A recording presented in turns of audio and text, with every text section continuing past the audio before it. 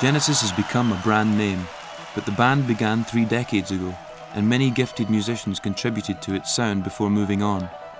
Now, Genesis Archive 1967 to 75, a box set covering the 8 years that Peter Gabriel fronted the band, is reminding us all just how innovative and important early Genesis were. In the days of progressive rock, they were underground pioneers who propelled rock to explore its outer limits musically and as performance theatre. The box set spans the very first demos the band ever made to rare live recordings, including their most ambitious concept, The Lamb Lies Down on Broadway. The box set, I think, was first talked about 2 or 3 years ago, and I've got no idea why the timing, particularly now, but I was quite happy for some of the old stuff to get out to fans. It was a chance to go through some of the sort of live bits and pieces that didn't exist, that hadn't been out before, and that actually proved to be quite entertaining in the end. This is something that you know, it's always been talked about doing.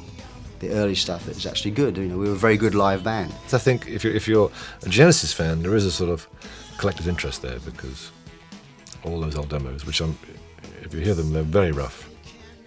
And I wonder who wants to hear them actually. Genesis were all schoolboys together at Charterhouse Public School. When they started out, the band got a lot of stick for being posh pop stars, but in the swinging 60s, Charterhouse was a bastion of Victorian morality and imperial values. The fag system in the competing schoolhouses kept the youngest kids in their place, but the players in Genesis found escape and rebellion in music. I was banned from playing the guitar most of my career at Charterhouse, because it was a symbol of the revolution. It was anarchy was about to fall on a school, to be caused by pop music in those days. And maybe that made me even keener. We were kind of up against it a bit. It was a bit like if anybody did badly in form order, they were pulled out of guitar for 2 weeks. So the backs were against the wall a bit. I mean, it's a stupid thing looking back at it. If only they'd realised psychology was wrong. I had all this stuff from one of the two of the music masters saying, one day you'll give up this nonsense and listen to serious music. Well, nothing is guaranteed to put you off the idea of listening to so-called serious music than that. So we became very militant. Even more determined, I think. Even within the cloistered walls of Charterhouse, something of the psychedelic 60s filtered in. Peter Gabriel would sneak off and hang out in London clubs, and inevitably, school groups formed. Basically, many years ago, there was sort of 2 bands started. Anthony Phillips and I, and Richard Raphael started a band called the Anon with Rivers Job, and the other kind of rival group was Pete and Tony, which also had Anthony as well, so it was sort of a complicated situation. And we started off doing cover versions, as you do, Stones and Beatles songs, and then pretty early on, actually, and who really, I think, to be honest, was the driving force of all of us, got into writing songs. He said, "Listen, we must start writing our own songs." Hadn't really occurred to me, so we did. I mean, I could play a few Beatles songs, really, so that immediately meant I was the sort of number one. And I got together with a drummer called Rob Tyrrell and dear old Rivers Job, bassist. And then Mike Rutherford came in. In fact, he was a rhythm guitarist, as you probably know. He was a rhythm guitarist and singer, in fact. And that was it. I mean, I think it was just the fact that I was marginally better than 1 or 2 other guys that made me the sort of, the better guy. Peter and I just used to play together at school, mainly old soul music. And when one holidays, Ant and Mike decided they were going to make a tape of their songs. And Ant said, "Do you want to come along?" And so I said, "Okay, I'll come along." And I said, "Shall I bring Peter? Because we got a song we'd quite like to do as well." And originally, Ant was assuming he was going to sing his own songs, and he hasn't got the greatest voice in the world. But he started off, and I did suggest after we'd done the first song on that first demo tape that I thought Peter had a slightly better voice, and maybe it'd be good if he sang the other songs as well as the song that we were doing together. We started writing songs, and I would write with Tony and Mike and Ant were in another band writing called the Anon, and we'd get together for different sessions, and I think whenever you start playing music as a teenager, you still stand in front of the mirror and imagine a huge audience or whatever, all the fantasies are there. Sidestepping Charterhouse's many restrictions, Peter Gabriel began to develop into a school personality. All the boys who were keen on music used to rush to play the piano in the dining hall, but Gabriel used to get there first by crawling through the serving hatch. When it came to music, he was very serious. Peter was actually really quite he's a bit of an old woman in a way. I mean, it's obviously very responsible, wanted to make sure his drums were all right, but he came along, you know, he was quite sort of gloomy countenance and very concerned that, you know, Rob didn't smash. Rob was a very good drummer, very careful, didn't smash his drums. So my first image of him was nice, but a bit of a stick in the mud. He was quite large as well. But gradually this sort of alter ego began to emerge, this character that would stand on the dining room table and sing songs when people were playing piano. After Baden-Powell, the most famous Charterhouse old boy was pop picker Jonathan King. His chart success annoyed the teachers, but inspired the boys. I'd returned to my old school for Old Boys' Day, and this young sprout, who was probably there when I was there, but I never remember seeing him in my life, thrust this grubby tape into my hand. None of us had the courage to do it. So we had this friend called John Alexander, who was kind of a bit more he had a bit more spirit than perhaps the rest of us, and he just rushed up to him and charged and put it in his hand and said, "Listen to this." Driving back home, I listened to it, and I thought it was really good. There were some interesting songs, and I loved the guy's voice, the lead vocalist's voice. So I called them up and said, "What's the name of the band?" And they said, "Well, we don't have one yet." His first suggestion was Gabriel's Angels, which I liked, but the rest of the band somehow seemed to miss. Some of the suggestions were very kind of dodgy at the time, I think. Some embarrassing names. I seem to remember one, the Champagne Meadow or something. You know? Can you imagine it? Anyhow, it was 1967, I told you. So he just suggested Genesis because it's nice and simple. He thought, oh, sounds all right.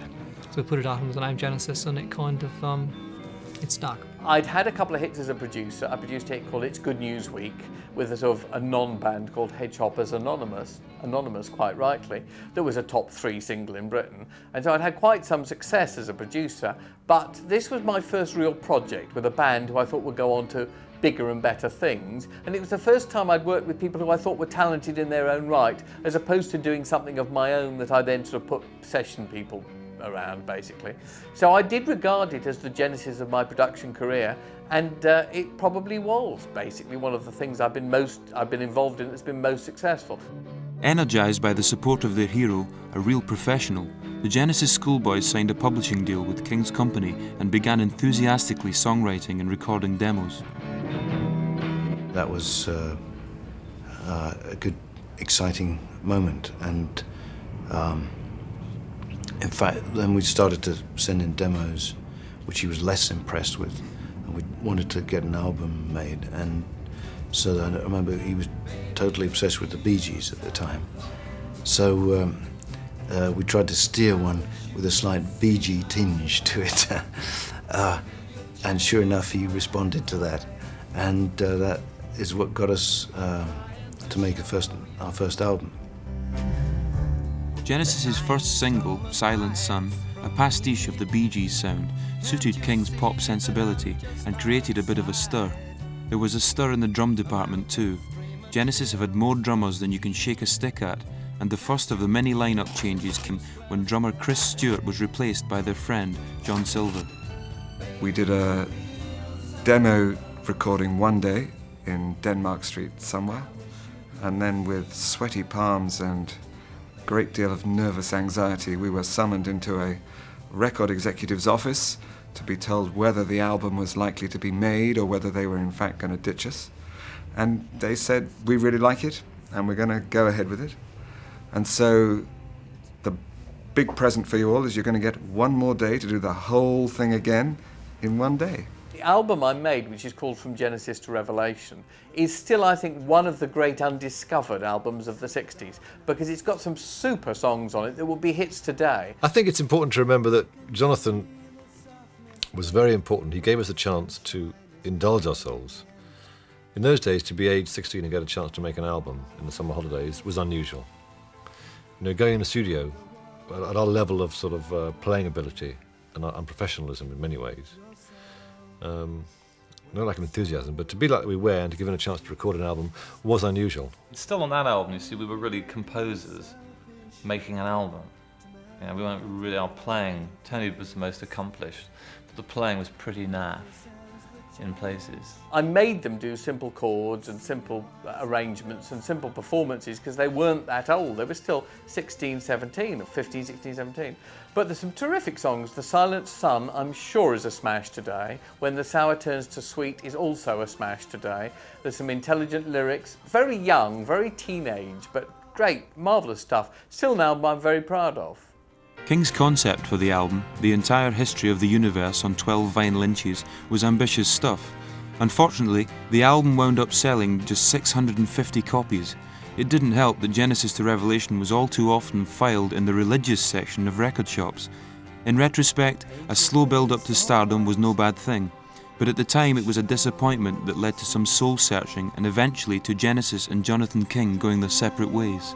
We knew that if we wanted to do the kind of music we were interested in, that he wouldn't be right for us because he wanted to simplify us all the time. He tried letting us have our head up to a point, doing this slightly more esoteric album. And then I think he sort of, well, I'm not sure really what he thought, actually. One got the impression that he lost interest, and I suppose you can't blame him, really. The guys' days at Charterhouse had ended, and it was a time for commitment. Drummer John Silver left and was replaced by John Mayhew, their first recruit from the ads at the back of Melody Maker, which were a crucial notice board for musos. He impressed us because he was the only guy who could do this ba-bum, ba-ba-ba-bum riff, which is what we really were looking for a drummer to do, you know. They spent the autumn of 1969 playing their first gigs at youth clubs and colleges, and then retreated to get it together in the country, writing their bolder second album, Trespass, in a cottage in Dorking. Now Genesis really began revving up. Their favourite venue was Friars in Aylesbury. This progressive club became a showcase for a whole new generation of bands who were breaking away from the Beatles, away from the hippie vibe of the 60s. Acts like Yes, ELP, Vandergraaf Generator, and others of this new heavy generation were forging what began as art rock and grew into progressive rock. It's typified by long, complex, highly arranged numbers, introspective tracks to think to, not dance to. First time we did Friars was at 71 or something. We were starting to kind of get to the stage where we would go to a place and you'd support some group and then you'd go back again as headliners. And the little pockets were picking up, you know. The Friars was one place and the other Farks club in Southall was the other one that kind of seemed to be those that would particularly stick in the brain as being places we used to go back to and be very popular, you know. And it just sort of seemed to grow really, and the Aylesbury crowd was just so enthusiastic. It just got sort of, it snowballed really. Like your first lover or something, it's something you remember well when someone actually likes what you're doing and responds very well to it. And although we'd had good gigs in other places, that was really the first place that adopted us. So, yeah, I mean, it was many good memories. There was a circuit in England you could play, which was the sort of progressive rock circuit.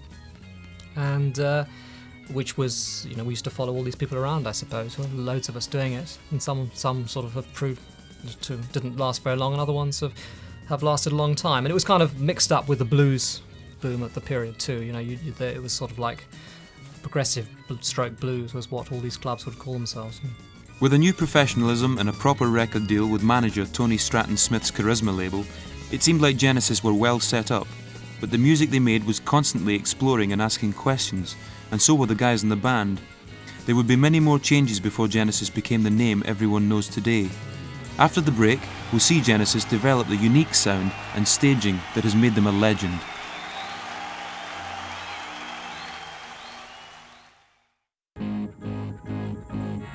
Genesis transformed themselves from an amateur group of public school boys into an experimental force, leading the new progressive movement in rock between 1967 and 1970.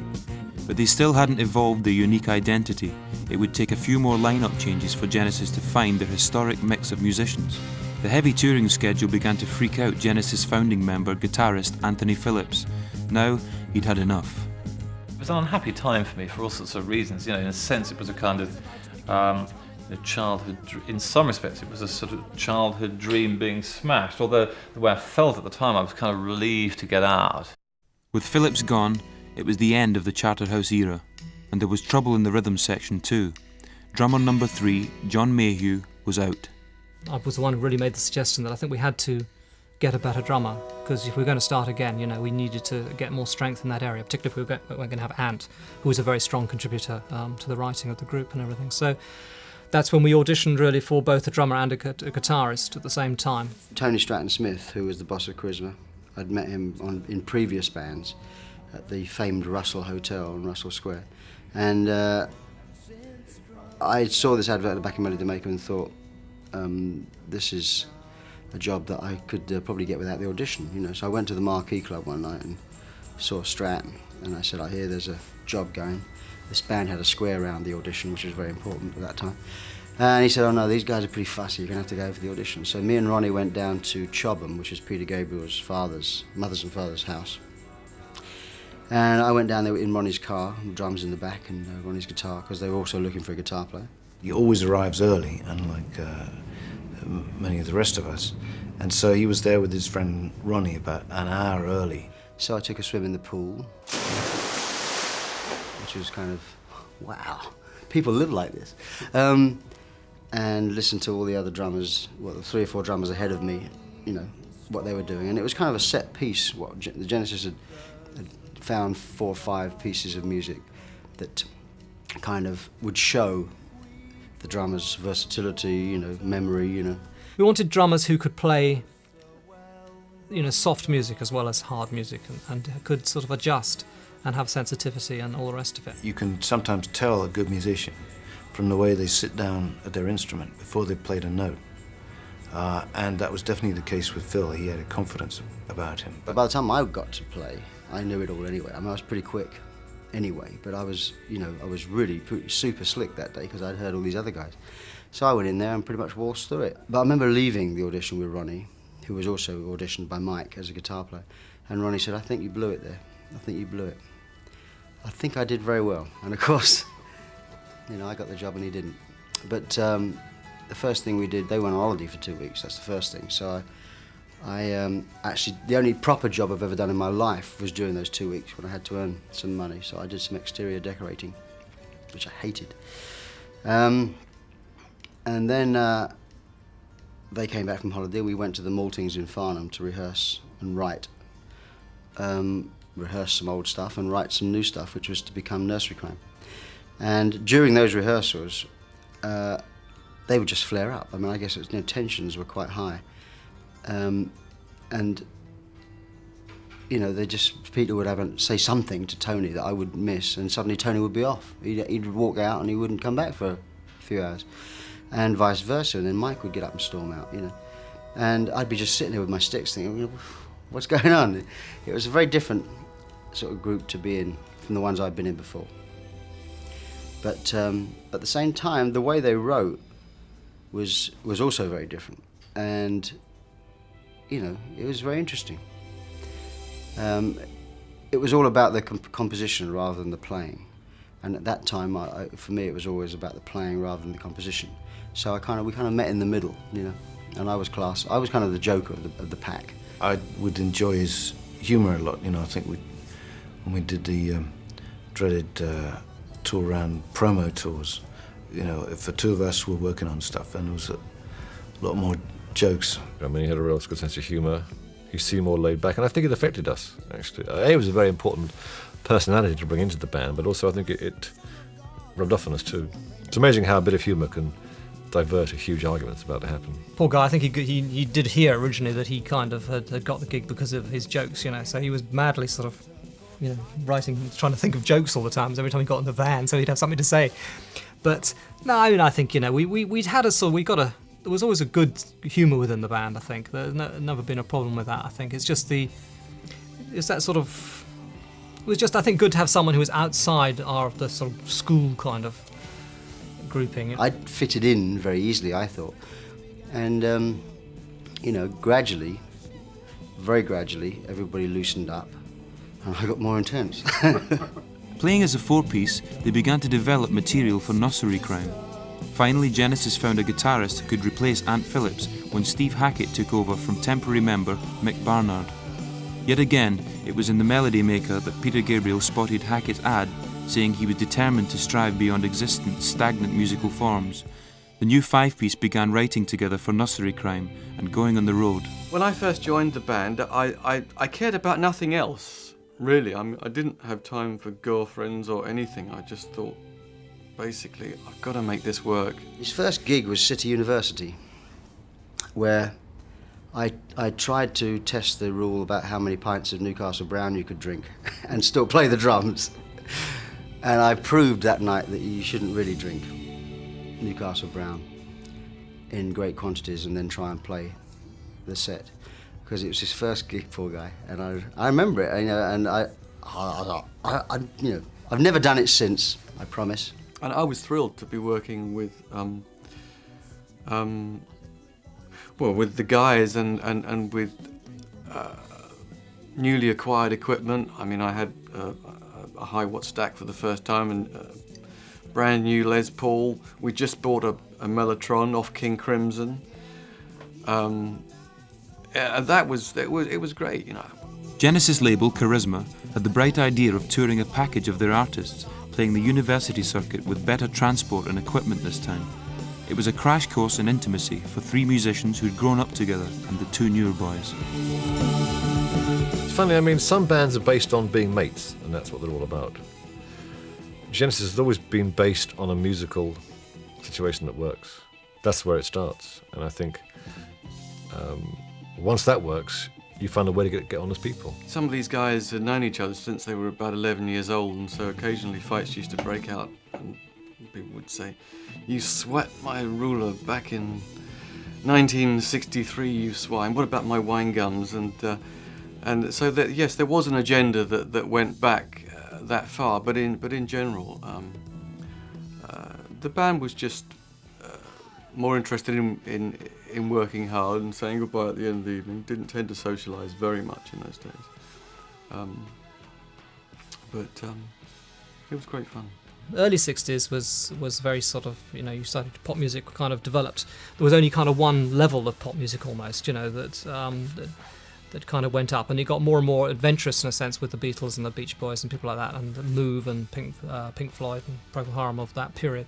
And at a certain point, they started to divide into two really, and you had the kind of the simple stuff, which got simpler in the 70s, and then you got the more complicated stuff, which kind of got more complicated. And we're obviously in that second strand, really, very much a sort of live based thing. You know, you never got played on the radio really, and I think we were sort of like definitely a cult group, so you attracted a following for that reason, that you kind of like, not everybody liked you, which was a good thing.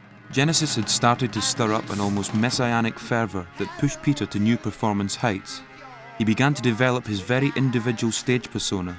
His visual creativity exploded over the band's next two albums, Nursery Crime and Foxtrot.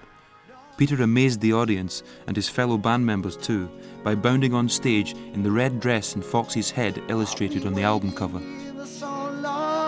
I thought it was quite useful in terms of getting more of stories told, getting more sort of emotion, getting some strangeness in the performance. And I know there were certain things, you know, which are seen as a source of a lot of amusement now, but with Watcher of the Skies and the Batwings, and I was wearing UV makeup and holding sort of UV tubes and things, and there were things which at that time hadn't really been seen in a rock context. So there was a certain shock value. You know, it seems impossible to conceive that would be shocking now. But, you know, walking on the stage in Ireland into this old boxing ring in a red dress, again, was something that provoked a good reaction. The other thing we discovered, obviously, was that as soon as when Pete went on stage in Dublin with wearing a red dress and a fox's head, you know, that we ended up on the front page of Melody Maker. So this sort of said something to us, you know. This is the first time we'd ever been noticed, you know. And I think that kind of one thing led to another, and it sort of brought out a natural, because Pete is an introvert, really, and it was a way of, you know, of appearing, I suppose. It's a way of getting over that stage problem. You go out there and you put on a costume and you act a part, and it works. It's important to remember that in those days, PA systems are so lousy. No one heard a word that Peter sang most of the time.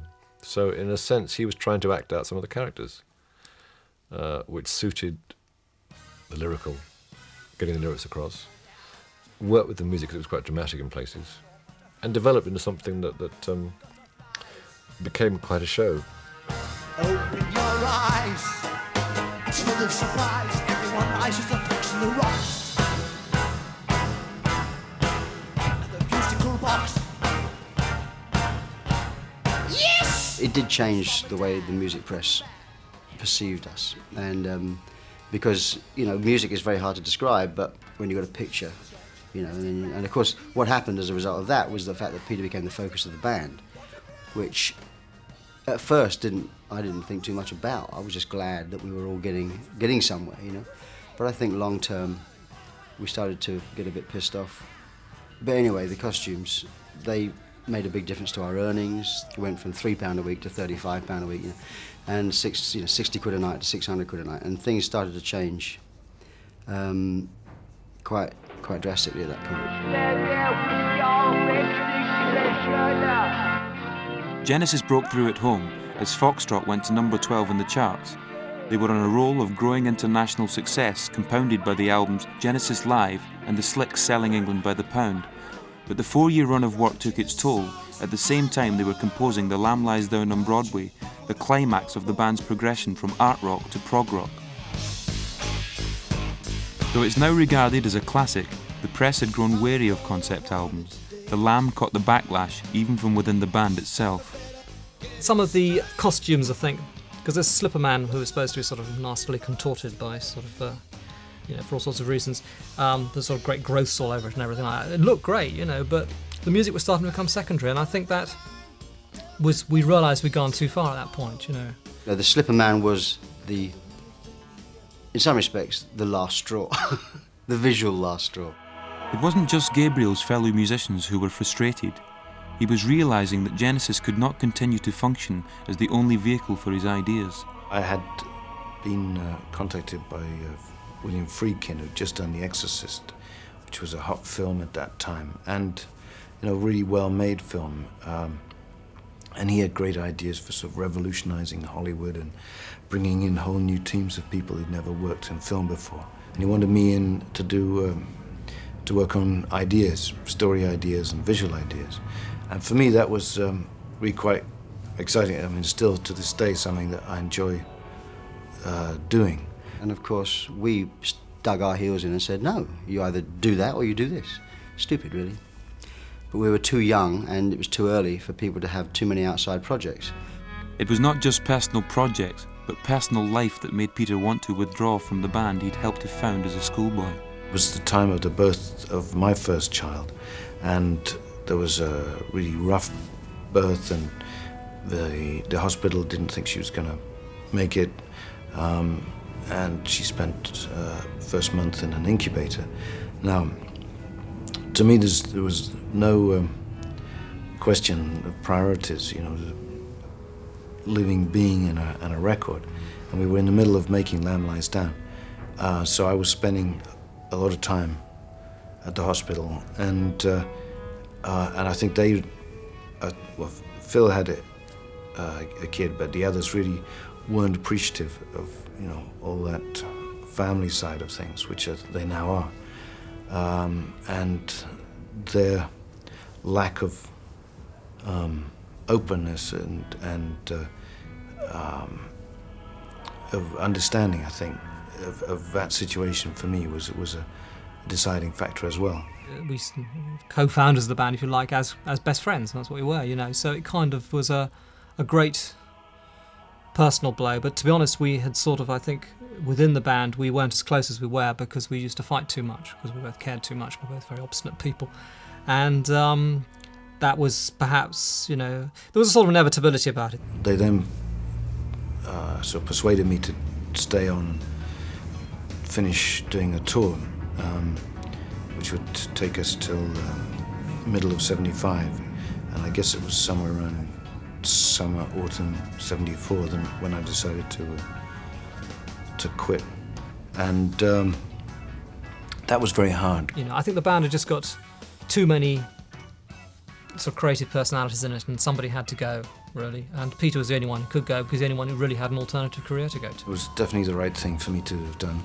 And, you know, clearly it was good for them because it sort of brought Phil out front and gave everyone a bit more space, I think.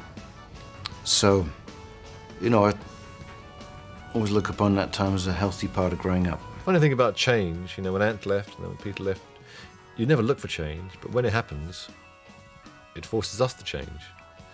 And something new happens, which is not, I mean, looking on the bright side of things, that's a good thing when you're forced to sort of reappraise and to not get stuck in a sort of certain groove. Genesis went on to their greatest commercial success after Peter Gabriel left. The band stopped exploring the fusion of theatre and rock. That particular edge came from Gabriel alone.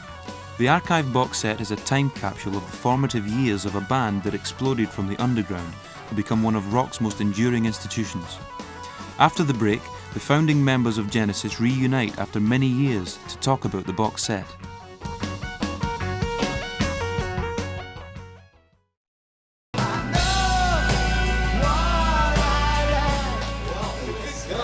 Not many bands last for 3 decades, and naturally Genesis members, current and ex, have become something of an extended, occasionally dysfunctional family.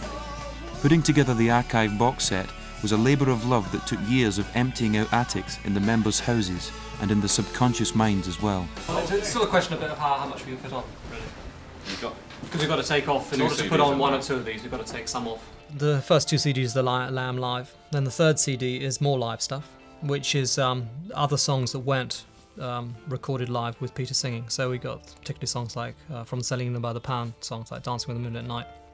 Also Supper's Ready, which was the sort of what you might call the key track of the period, which we never had on record with Peter singing. This is a version which was actually done on the Selling England tour, which again sounds really good, I think. There's a lot of stuff that people have never heard before, and really should never have heard ever. And then the 4th CD is the real archive one, I suppose, which starts with something from that first tape we played to Jonathan King, which was sort of done in reverse chronology actually, because the sound quality kind of is a bit better at the front of the album. Because that first tape, the only version we could find was my version of it, which was a copy of a copy of a copy, I think. And I don't know if it was running or what it was running at. It was probably 15/16, you know. So it's pretty shaky, but it sounds quite nice in its own way. Got character. But the other stuff on it there's little bits and pieces which are demos of songs that have not been heard before by anybody, and other demos of songs that have appeared elsewhere.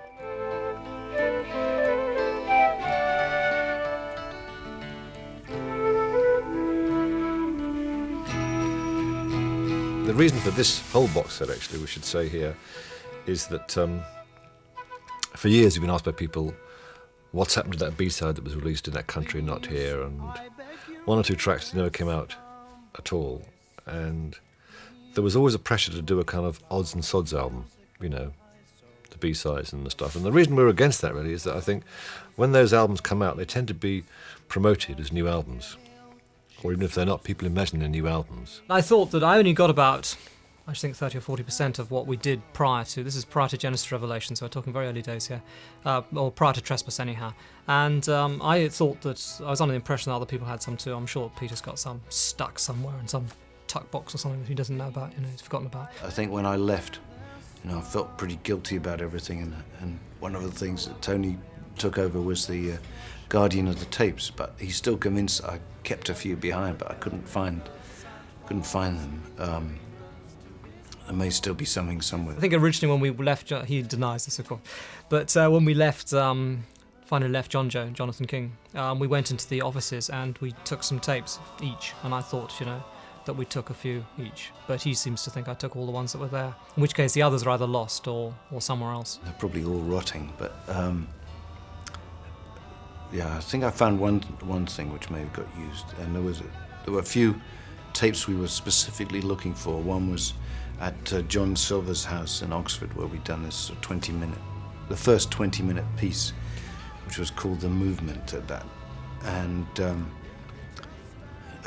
it was all acoustic, and actually I have good memories of that, and it's a shame we couldn't find that. I kept thinking, well, they'll have this. They'll have been through all this. And then this track started, and I thought, I don't remember this at all. What is this? And it sort of just begins to come back to you. And I remembered this track that was one of the ones that was jettisoned from the album, probably because of my iffy guitar playing. These guys were sort of nearly wetting themselves, frankly. These devout fans, all the rest. They could not believe it. So I sent the tape over to the others, expecting them to say, "Yeah, you've got this, been through it." And they said no. It looks like they may well use that on perhaps a couple of the pre-string versions as well. So, extraordinary what you can find in your tuck boxes.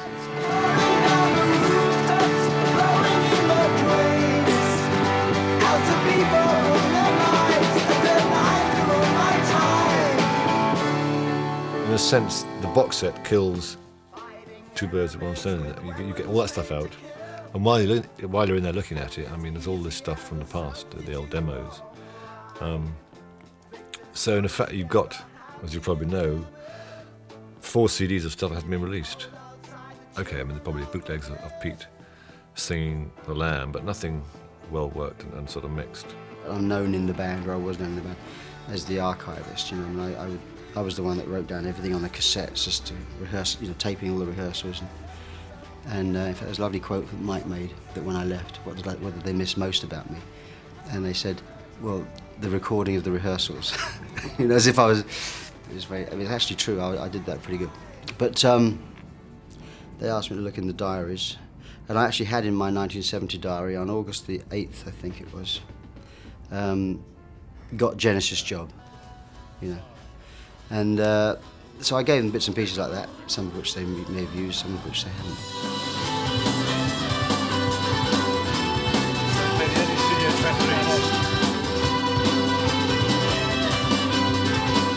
Purists may be startled that Peter Gabriel chose to re-record some of his vocals for the archive box set, including many parts of The Lamb Lies Down on Broadway.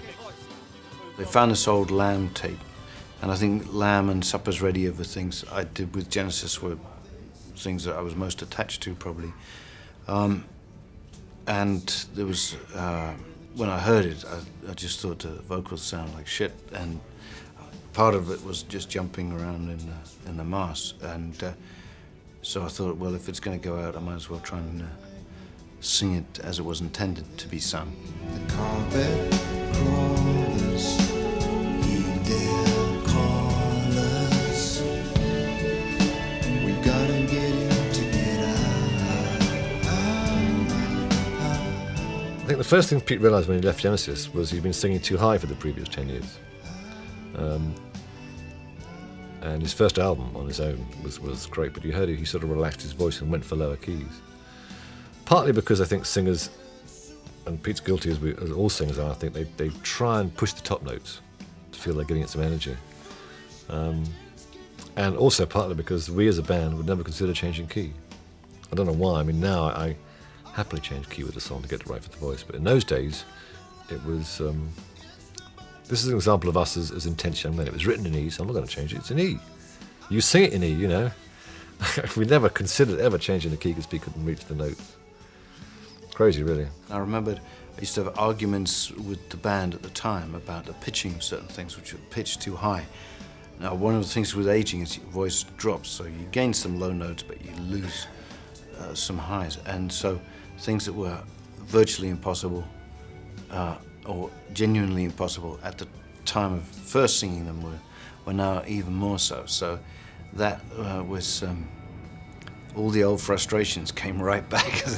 Why didn't the bastards drop the track? And so that was interesting. It wasn't just Peter Gabriel who was prompted to remake the past when he heard the recordings 2 decades on. Guitarist Steve Hackett also re-recorded some of his old parts. I had to curb the tendency to want to play, a zillion miles faster, because over the years you develop technique, and there can be a tendency to overuse technique, which is something I'm currently trying to avoid as it happens.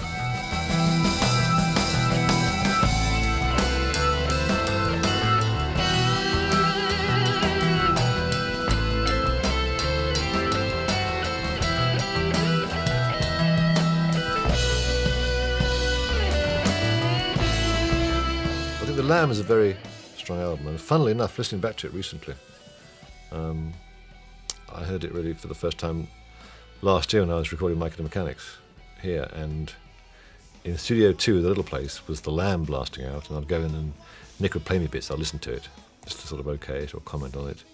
And then I'd go back into the main studio to do the mechanics, and about halfway through, both doors were open, and you heard both albums, and it was like a sort of 25-year time warp, or 20-year time. It was a very, very bizarre situation. But the Lamb impressed me. A, the diversity of music on it, and some of the jams and the moods, and actually the energy of a live version. I thought it really sounded good. It is a visit down memory lane. I mean, you know, you can... There are always traces of your own time. You know, you think you can recapture moments, but you're always...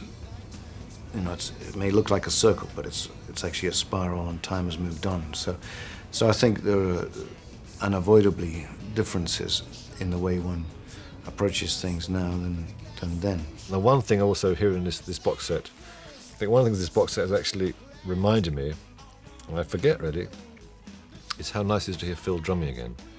Because no offence ever to Chester Thompson or Bill Brooke, who's done some of the touring, there is only one drummer who plays those songs really right, and that's Phil. And Chester makes it work in his way very well. But when you hear parts of The Lamb or other songs with Phil playing, you kind of go, oh yeah, that's just, you sort of remember how it always was and how we kind of worked as a sort of rhythm section. It was interesting hearing that. Seems right out of place, yet the Broadway street scene finds a focus in its face. Somehow it's lying there, brings a stillness to the air. Though man-made light at night is very bright, there's no whitewashed victim as the neons dim to the code of white. Assembling the Genesis Archive box set stirred memories of the closeness that growing up together has given the band. That nostalgia naturally raises the question, would the classic Lamb Lies Down on Broadway lineup get together again, even for one special concert? You know, I think this is as far as I'm going to go probably on this, but I mean, it was quite fun, but you know, it took me about 12 years to get out of being ex-Genesis, and so I don't particularly want to slide back in.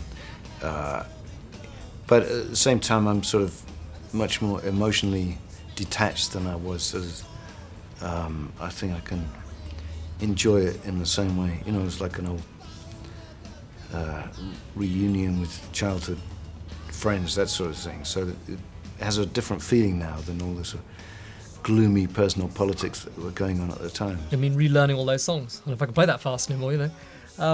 No, it's, well, Peter can't get the high notes anymore, as I said before. We could lower some of the keys, I suppose. I don't have any particular desire to do it. Thinking about it again, just I think I've thought more about Peter, especially, and Steve, doing this, which has been quite interesting. Oh, I'd say yes. If I can play drums, yeah. I'm not interested in singing.